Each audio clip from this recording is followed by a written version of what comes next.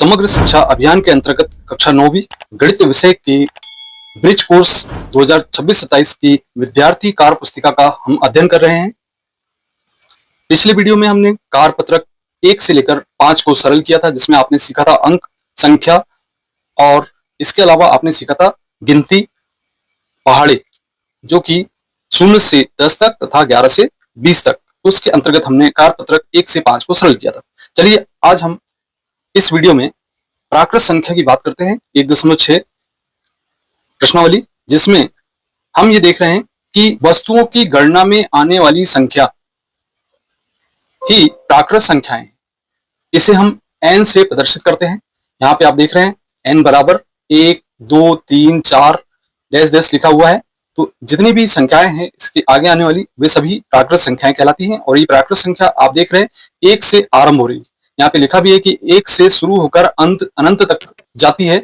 सबसे छोटी प्राकृत संख्या यहाँ पे 1 है, जबकि सबसे बड़ी जो प्राकृत संख्या है उसका निरूपण नहीं किया गया है। कार्यपत्रक क्रमांक 6 में जैसा कि हम देख रहे हैं, सबसे पहला प्रश्न यहाँ पे हमें ज्ञात है, सत्य असत्य लिखिए। तो प्राकृत संख्याएं 1 से आरंभ होती हैं, तो यह कथन आपका सत्य होगा, इसे आप लिखेंगे सत्य कथन।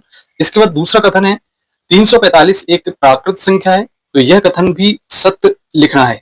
इसके बाद अगला प्रश्न है, जैसा कि हम देख रहे हैं 49 और 51 के बीच की प्राकृत संख्या 48 है, जबकि 49 के बाद 50 आता है और उसके बाद 51, तो 50 लिखा होना चाहिए, तो यहाँ पे 48 लिखा है। इसका तात्पर्य है कि यह कथन असत्य होगा। 1 और 10 के बीच 10 प्राकृत संख्याएं होती हैं, तो 1 और 10 के बीच की बात कर रहे हैं तो कुल 8 प्राकृत संख्याएं होती हैं, तो यह कथन भी असत्य कथन कहलाएगा। इसके बाद अगला प्रश्न है, प्रथम 3 प्राकृत संख्याएं 1, 2, 3 है, तो यह कथन बिल्कुल सत्य कथन है। इसके बाद हम अगला प्रश्न देखें, जिसमें लिखा है कि प्रथम 4 प्राकृत संख्याएं 0, 1, 2, 3 है। 0 यहाँ पे प्राकृत संख्या नहीं है, इसलिए यह असत्य कथन कहलाएगा। इसके बाद 96 के पहले आने वाली प्राकृत संख्या 97 है, तो 96 के पहले चूंकि 95 आता है, इसका मतलब यह कथन भी असत्य कथन कहलाएगा। इसके बाद 46 और 48 के मध्य की प्राकृत संख्या 47 है, तो यह कथन बिल्कुल सत्य है, क्योंकि 46 के बाद 47 आता है। और इसके पश्चात अगला प्रश्न है, 94 के बाद की प्राकृत संख्या 95 है, तो यह कथन बिल्कुल सत्य कथन होगा। इसके बाद अंतिम प्रश्न, प्राकृत संख्या 1 से शुरू होकर अनंत तक जाती है, तो यह अभी हमने परिभाषा में देखा, तो यह कथन भी बिल्कुल सत्य कथन है। पर प्रश्न क्रमांक 2 देख रहे हैं, और इसमें लिखा है, खाली बॉक्स में प्राकृत संख्या इस प्रकार लिखना है कि संख्याएं क्रमागत हो। क्रमागत का तात्पर्य है लगातार होना चाहिए। जैसे 1 के पश्चात 2 आता है, 2 की क्रमागत संख्या 3 है, फिर 4 है, फिर 5 है। इस तरीके से अगले अंक को क्रमागत संख्या के रूप में हम जानेंगे।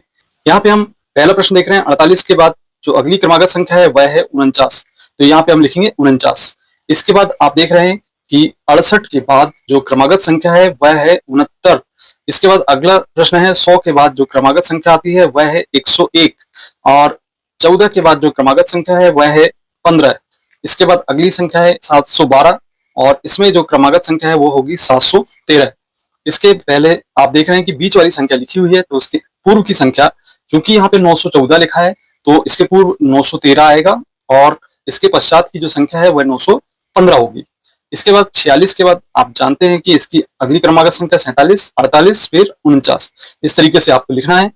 अगली संख्या आप देख रहे हैं 29 यहाँ पे बीच में लिखी हुई है, तो 29 के पूर्व 28 आता है, और 29 के बाद 30 आता है। इस तरीके से क्रमागत संख्याएं होंगी।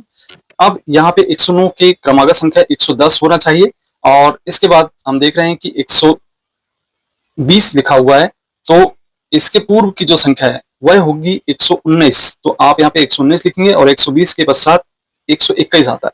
इस तरीके से ये क्रमागत संख्याएं लिखी जाएंगी। अब बच्चों यहाँ पे हम 1.7 प्रश्नावली का अध्ययन कर रहे हैं, जिसमें पूर्ण संख्याएं का हम अध्ययन करेंगे। प्राकृत संख्याओं में शून्य को मिलाने पर जो संख्याएं प्राप्त होती हैं, प्राकृत संख्या चूंकि 1 से स्टार्ट होती है, और यहाँ आप देख रहे हैं कि प्राकृत संख्या में हमने शून्य मिला दिया, तो शून्य से यहाँ पे संख्याएं आरंभ हो रही हैं, तो इन्हें हम पूर्ण संख्या के रूप में जानेंगे। तो 0, 1, 2, 3, 4 इत्यादि, इन सभी को हम पूर्ण संख्याएं कहेंगे। 0 एक ऐसी संख्या है जो एक भी नहीं की गिनती करती है। पूर्ण संख्याओं को हम W से प्रदर्शित करते हैं, अर्थात W बराबर यहाँ पे लिखेंगे 0, 1, 2, 3, 4, 5, 6, 7, 8 इस तरीके से अनंत तक। और सबसे छोटी जो पूर्ण संख्या है वह 0 है। सबसे बड़ी पूर्ण संख्या का निर्धारण हम नहीं कर सकते हैं। चलिए अब हम बात करते हैं यहाँ पे कार्यपत्रक क्रमांक 7 की, जिसमें हम देख रहे हैं कि पहला प्रश्न लिखा हुआ है सही विकल्प चुनकर यहाँ पे हमें लिखना है। तो इस प्रश्न के अनुसार सबसे छोटी पूर्ण संख्या है, जैसा कि हमने देखा कि 0 सबसे छोटी पूर्ण संख्या है, तो यहाँ पे डी जो ऑप्शन है वह बिल्कुल सही होगा। और इसके बाद अगला विकल्प है सबसे बड़ी पूर्ण संख्या है। तो अभी हमने कहा था परिभाषा में कि इसका निर्धारण नहीं किया जा सकता है। इसके बाद 9 और 11 के बीच की पूर्ण संख्या है, तो 9 के पश्चात अगली जो क्रमागत संख्या है वह 10 आती है, तो ए ऑप्शन इसका बिल्कुल सही होगा। अगला प्रश्न है 45 और 55 के बीच पूर्ण संख्याओं की कुल संख्या है, तो 55 और 45 को छोड़कर तो कुल हमें जो संख्याएं प्राप्त होंगी वह होंगी 9 संख्याएं, तो बी ऑप्शन इसका बिल्कुल सही होगा। और इसके बाद हम देख रहे हैं 17 और 19 के बीच की पूर्ण संख्या है, 17 और 19, 17 के बाद आता है 18, तो इसका सी ऑप्शन यहाँ पे बिल्कुल सही होगा। चलिए अब हम बात करते हैं इसमें सत्य एवं असत्य कथन वाले प्रश्नों की, जिसमें आप देख रहे हैं कि प्रश्न क्रमांक 2 लिखा हुआ है। यहाँ पे हमें सत्य एवं असत्य कथन बताना है। तो जैसे कि हम देख रहे हैं इस प्रश्न में सबसे पहला प्रश्न है कि प्रथम 3 पूर्ण संख्याएं 1, 2, 3 हैं, तो चूंकि शून्य यहाँ शामिल नहीं है, ये प्रथम 3 प्राकृत संख्याएं के रूप में है, तो इसे हम इस कथन को कहेंगे असत्य कथन।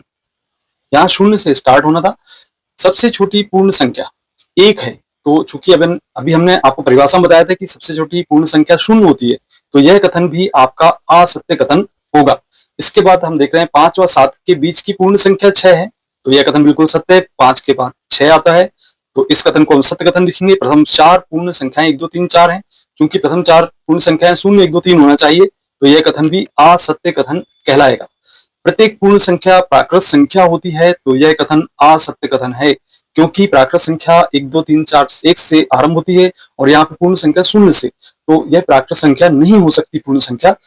हाँ, ऐसा कह सकते हैं कि प्राकृत संख्या पूर्ण संख्या होती है, तो यह कथन आपका बिल्कुल सत्य कथन होगा। बहुत ही अच्छा प्रश्न है ये। इसके बाद सबसे बड़ी पूर्ण संख्या आपको लिखी हुई है, तो यह कथन असत्य कथन है, क्योंकि हम इसको निर्धारण नहीं कर सकते हैं। इसके बाद सबसे छोटी पूर्ण संख्या 0 है, तो यह कथन बिल्कुल सत्य कथन है। परिभाषा के अनुसार प्रथम 5 पूर्ण संख्याएं 0 से आरंभ हो रही हैं, 5 संख्याएं, तो यह कथन भी बिल्कुल सत्य कथन के रूप में जाना जाएगा। पूर्ण संख्याएं 0 से आरंभ होकर अनंत तक जाती हैं, तो यह कथन बिल्कुल सत्य कथन है। बच्चों अब हम 1.8 प्रश्नावली का अध्ययन कर रहे हैं, जिसमें पूर्णांक लिखा हुआ है। तो जैसे कि आपने पूर्ण संख्याओं को पढ़ा था जो कि 0 से आरंभ हो रही थी, 0, 1, 2, 3, 4 इस तरीके से, और यदि हमने इनके पूर्व में ऋणात्मक संख्याओं को जोड़ दिया, जैसे ऋण 1, ऋण 2, ऋण 3, ऋण 4, तो ये सभी संख्याएं जब इसमें शामिल हो जाएंगी तो ये पूर्णांक बनाएंगे। इन्हें हम जेड से प्रदर्शित करेंगे। जैसा कि आप यहाँ पे एक समुच्चय देख रहे हैं, जिसमें ये जो संख्याएं हैं ये पूर्ण संख्याएं हैं और इसमें ऋणात्मक संख्याओं को हमने ऐड कर दिए। इसे संख्या रेखा पर निम्न प्रकार से हम दर्शा सकते हैं। ये आप देख रहे हैं 0, और इस तरफ धनात्मक संख्याओं को दर्शाया गया है। ये यहाँ से स्टार्ट हो रही पूर्ण संख्याएं और इसमें हमने ऋणात्मक संख्याओं को ऐड कर दिए, तो ये इस प्रकार से जो संख्या रेखा दिख रही है इसमें पूर्णांक प्रदर्शित हो रहे हैं। अब इन पूर्णांक में हम विशेष बात ये देख सकते हैं कि धनात्मक पूर्णांक वे पूर्णांक जिनके पहले धनात्मक चिन्ह होता है या कोई चिन्ह नहीं होता है, तब भी वो धनात्मक पूर्णांक कहलाएंगे। जैसे कि हम यहाँ पे देख रहे हैं 1, 2, 3, इसके आगे धन का चिन्ह ही माना जाता है। और इसके बाद हम यहाँ पे ऋणात्मक पूर्णांक की परिभाषा को देखें तो वे पूर्णांक जिनके पहले ऋण का चिन्ह होता है, जैसे ऋण 1, ऋण 2, ऋण 3, ये सभी ऋणात्मक पूर्णांक कहलाएंगे। और 0 पूर्णांक ये ना तो धनात्मक होते हैं ना ही ऋणात्मक, ये एक उदासीन पूर्णांक कहलाते हैं। इसके बाद हम चलिए कार्यपत्रक सरल करते हैं। इस कार्यपत्रक में आप देख सकते हैं कि यहाँ एक संख्या रेखा प्रदर्शित हो रही है और हमें जो बिंदु दर्शाए गए हैं उसके आधार पे इनका अंक यहाँ लिखना है, पूर्णांक के बारे में लिखना है। तो ए प्रदर्शित कर रहा है ऋण 1 को, यहाँ हम लिखेंगे ऋण 1, और बी जो प्रदर्शित कर रहा है वह धन 2 को प्रदर्शित कर रहा है। इसके बाद सी प्रदर्शित कर रहा है यहाँ पे ऋण 6 को, ऋण 6 ऋणात्मक पूर्णांक के रूप में। डी 5 को प्रदर्शित कर रहा है, आप यहाँ पे देख सकते हैं, तो यहाँ हम लिखेंगे 5, और ई प्रदर्शित कर रहा है ऋण 3 ऋणात्मक पूर्णांक को। इस तरीके से हमने इसका आंसर दे दिए। बच्चों इसके बाद हम यहाँ पे दूसरा प्रश्न देखें, जैसा कि आप स्क्रीन पे देख पा रहे हैं। इस दूसरे प्रश्न में ध्यान से देखें तो संख्या रेखा पर निम्न पूर्णांक को दर्शाना है। अब देखिए, इस संख्या रेखा पर हम पूर्णांक को दर्शाएंगे। तो मान लिए कि इसे हमने शून्य ले लिया, इसको 1, 2, 3, 4, 5 और ये 6, इस तरीके से इस तरफ वाली संख्याएं ऋण 1, ऋण 2, ऋण 3 और ऋण 4, ये सभी पूर्णांक के रूप में हम प्रदर्शित कर दिए।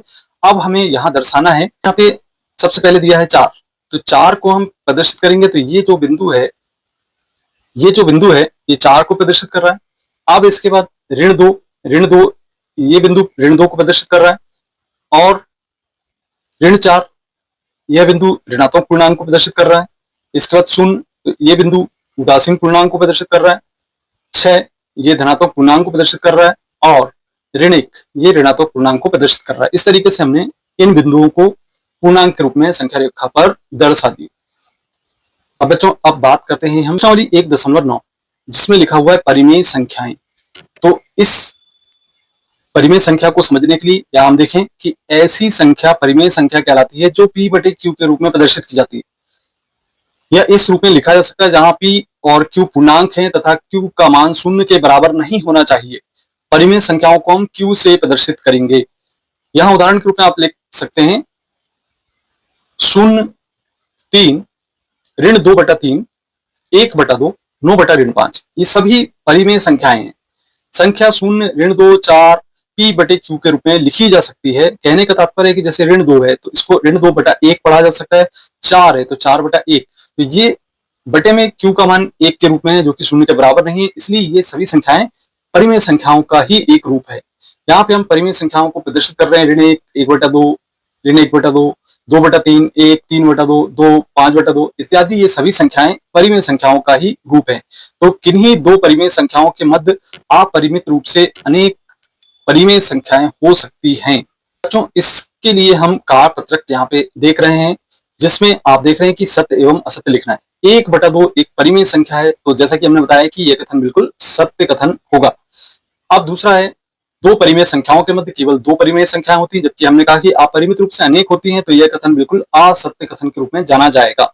3/5 एक परिमेय संख्या है, तो यह कथन बिल्कुल सत्य कथन है बच्चों। इसके बाद अगला प्रश्न है कि 2 एक परिमेय संख्या नहीं, जबकि यह परिमेय संख्या है, क्योंकि इसको हम 2/1 के रूप में लिख सकते हैं, तो यह कथन असत्य कथन कहलाएगा। इसके बाद अगला प्रश्न है 0/19 एक परिमेय संख्या है, तो यह कथन भी सत्य कथन होगा, क्योंकि Q का मान 0 के बराबर नहीं है। बच्चों, यहाँ पे हम बात करें प्रश्नावली 1.10 की, जिसमें अपरिमेय संख्याओं का अध्ययन करेंगे। इसमें आप देख रहे हैं कि संख्या S को अपरिमेय संख्या कहा जाता है, जबकि वो P बटे Q के रूप में न लिखा जा सकता है, जहां पे P Q पूर्णांक है और Q का मान 0 के बराबर नहीं।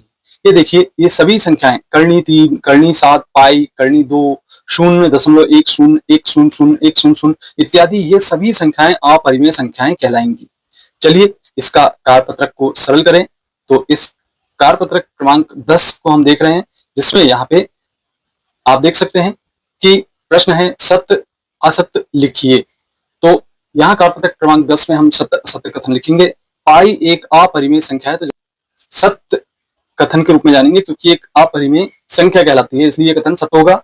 और कर्णी 2 अपरिमेय संख्या नहीं है, तो चूंकि कर्णी 2 परिमेय संख्या नहीं है, अपरिमेय संख्या है, तो यह अपरिमेय नहीं है कह रहा, तो अपरिमेय है, अर्थात यह कथन असत्य कथन कहलाएगा। इसके बाद तीसरा है कर्णी 5 एक अपरिमेय संख्या है, तो यह कथन बिल्कुल सत्य कथन होगा, क्योंकि हमने अभी कहा था कि कर्णी 2, कर्णी 3, कर्णी 5 ये सभी अपरिमेय संख्याएं हैं। और कर्णी 7 एक परिमेय संख्या है, चूंकि अपरिमेय है, इसलिए यह कथन असत्य कथन के रूप में जाना जाएगा। अपरिमेय संख्याओं को P बटा Q के रूप में लिखा जा सकता है। P Q पूर्णांक है, Q बराबर 0 नहीं है, तो यह कथन असत्य कथन कहलाएगा, क्योंकि हमने अभी कहा था कि P बटा Q के रूप में परिमेय संख्याओं को प्रदर्शित किया जाता है। अब चलिए यहाँ पे हम सही जोड़ी की बात करें, जिसमें आप देख रहे हैं कि दो कॉलम बने हुए हैं, स्तंभ A और स्तंभ B। यहाँ पे हमें मिलान करना है, तो परिमेय संख्याओं को हम 1/2 के रूप में यहाँ पे प्रदर्शित करते हैं, तो यहाँ B के रूप में लिख दें 1/2। अब अपरिमेय संख्या चूंकि कर्णी के रूप में है, तो A ऑप्शन यहाँ पे आप मिलान करेंगे। और P बटे Q, जहां P और Q पूर्णांक है, Q का मान 0 के बराबर नहीं है, तो इसे लिखा जा सकता है परिमेय संख्या के रूप में? तो इसका आंसर होगा डी के रूप में परिमेय संख्या। परिमेय संख्या। इसके बाद बच्चों अगला यहाँ पे सही जोड़ी इसका सी से मिलान कर देंगे, क्योंकि यहाँ पे पी बटे क्यू, पी और क्यू पूर्णांक है, क्यू का मान 0 के बराबर रूप में नहीं लिखा जा सकता है। तो यह कथन आप देख सकते हैं कि सी से मिलान करने पर अपरिमेय संख्या होगा। अपरिमेय संख्या। इस प्रकार से इस सही जोड़ी का मिलान करना था। आइए अगला प्रश्न यहाँ पे देखते हैं, जिसमें हमें बताना है कि नीचे दी गई संख्या अपरिमेय संख्या है अथवा नहीं है। तो बच्चों इसमें हम अपरिमेय संख्या है अथवा नहीं बताएंगे। तो ए में हमें बताना है करनी दो, ये अपरिमेय संख्या है, ठीक। बी चूंकि पाई भी अपरिमेय संख्या है तो इसे भी हम लिखेंगे है, अपरिमेय संख्या है। सी में आप देख रहे हैं करनी 4, क्योंकि इसका वर्गमूल 2 के बराबर होता है और 2 परिमेय संख्या का रूप है, तो ये अपरिमेय संख्या नहीं है लिखेंगे। फिर इसके बाद डी ऑप्शन में 49 का वर्गमूल 7 प्राप्त हो जाता है, जो कि एक परिमेय संख्या का रूप है, तो यह भी नहीं होगी अपरिमेय संख्या का रूप। और ये चूंकि ये दिख रहा है कि अपरिमेय संख्या का रूप है, तो इसे हम लिखेंगे हाँ है। इस प्रकार से हमने परिमेय और अपरिमेय संख्याओं को प्रदर्शित कर दिए। तो बच्चों ये था कार्यपत्र क्रमांक 6 से लेकर 10, जिसको कि हमने अध्ययन किया। और यदि आपको कंटेंट पसंद आता है तो कंटेंट को लाइक करें, अपने मित्रों को शेयर करें, और अभी तक आपने चैनल को सब्सक्राइब नहीं किया तो सब्सक्राइब जरूर करें। मिलते हैं इसी प्रकार के कंटेंट को देखने के लिए अगले वीडियो में। धन्यवाद।